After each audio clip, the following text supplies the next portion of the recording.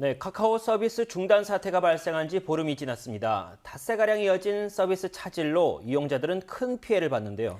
업체가 나서 피해 접수와 자체 보상안을 마련하고 있는데 이 한편에선 단체 소송 움직임도 나타나고 있습니다.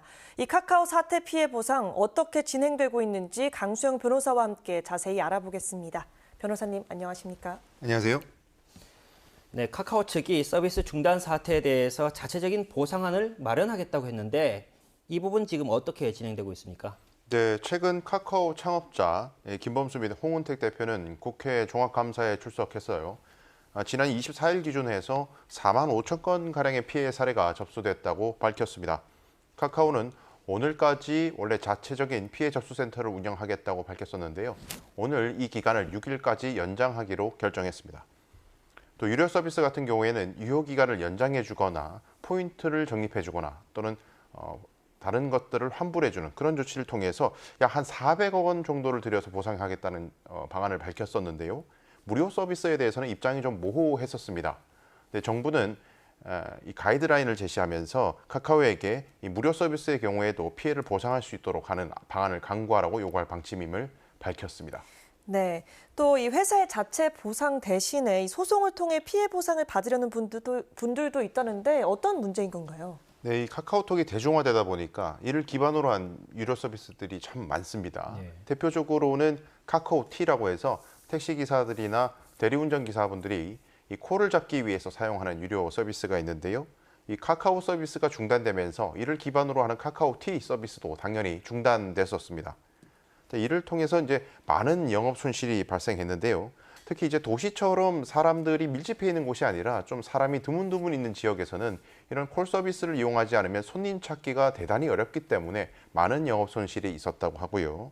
또 카카오 채널을 이용해서 손님 예약을 받는 미용실 같은 곳에서도 많은 피해가 있었다고 합니다. 또 그뿐만 아니라 카카오톡으로 업무 연락을 하거나 자료를 공유하는 그런 것들이 일시 중단되면서 중요한 업무가 중단되고 또 계약 교섭을 카카오톡으로 하다가 그것이 중단되어서 피해를 입었다. 이런 사례들도 접수되고 있는데요. 카카오가 이런 다양한 손해들을 배상할 책임이 있다는 취지로 일각에서는 집단 소송의 움직임도 있는 상황입니다. 네. 네, 만족할 만한 보상을 위해서 이렇게 소송을 선택한 것으로 보이는데 이용자들이 승소할 가능성이 있습니까? 네, 안타깝지만 실질적으로 의미 있는 결과가 있기는 좀 어려울 것 같습니다. 네. 왜냐하면 이 관련해서 알아야 될 개념이 통상손해와 특별손해인데요. 통상손해는 법원이 어떤 사회통념상 통상적으로 발생할 것이 예상되는 손해라고 정의하고 있고요. 이런 경우에는 당연히 손해배상 책임이 있는 것입니다. 그런데 반면에 특별손해라는 것은 그 불법 행위자가 알았거나 알 수 있었을 사정으로 생긴 그런 특별한 사정으로 인해서 생긴 손해라고 정의하고 있는데 말씀드린 것처럼 이런 손해는 그 행위자가 알았거나 알 수 있었어야만이 책임지는 손해에 해당됩니다.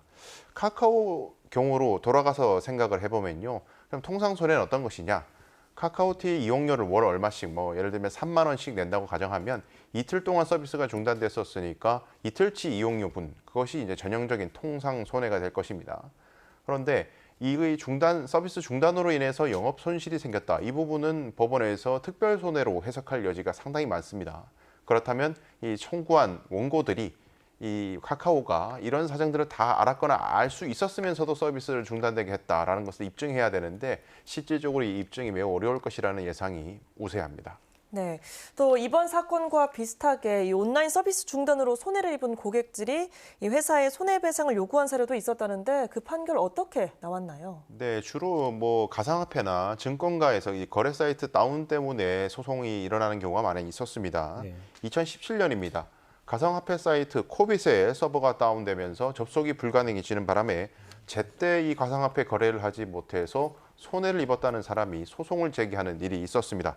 그런데 서울중앙지방법원은요, 인과관계를 인정하기 어렵다는 취지로 원고 패소 판결을 했습니다. 사실 이런 소송으로 가기 전에 회사들이 선제적으로 보상 조치를 많이 하는 경우가 대부분이기 때문에 판결 사례를 찾기는 대단히 어려운 실정입니다. 네, 앞으로도 이런 일이 반복될 수 있는 만큼 정부도 대책 마련에 나섰다고요? 네, 이 초고속 인터넷 또는 휴대전화 통신 서비스 같은 경우에는 이 서비스가 특정 시간 동안 끊기게 되면 얼마나 회사가 보상해줘야 되는가에 대한 기준을 제시하고 있는 약관이 다 준비가 되어 있습니다. 방송통신위원회가 이러한 약관을 규제하고 통제하는 기관인데요. 방통위는 작년 11월부터요, 이 이용약관상 손해배상 기준을 좀 완화하거나 또 혹은 강화하는 등의 현실화하는 것을 추진하고 있는데, 그 골자는 초고속 인터넷이나 이동전화가 연속 2시간 이상 또는 한 달에 누적해서 6시간 이상 끊기게 되면 서비스 요금의 10배까지 배상하도록 하는 그런 약관 규정을 추진하고 있습니다. 그런데 이 카카오 유료 서비스에 대한 약관은 이런 정부의 규제에서 벗어나 있고, 수많은 100여 곳이 넘는 계열사마다 약관들이 다 다르기 때문에 이런 기준들이 모호하다라는 지적이 있는데요. 현재 공정거래위원회가 카카오의 약관들을 살펴보고 있다고 하는데요. 이 실효성 있는 손해배상 약관이 만들어질지 귀추가 주목되고 있습니다. 네, 친절한 법 오늘은 카카오 사태와 관련한 손해배상 논란에 대해서 알아봤습니다. 지금까지 강수영 변호사였습니다. 오늘 말씀 고맙습니다.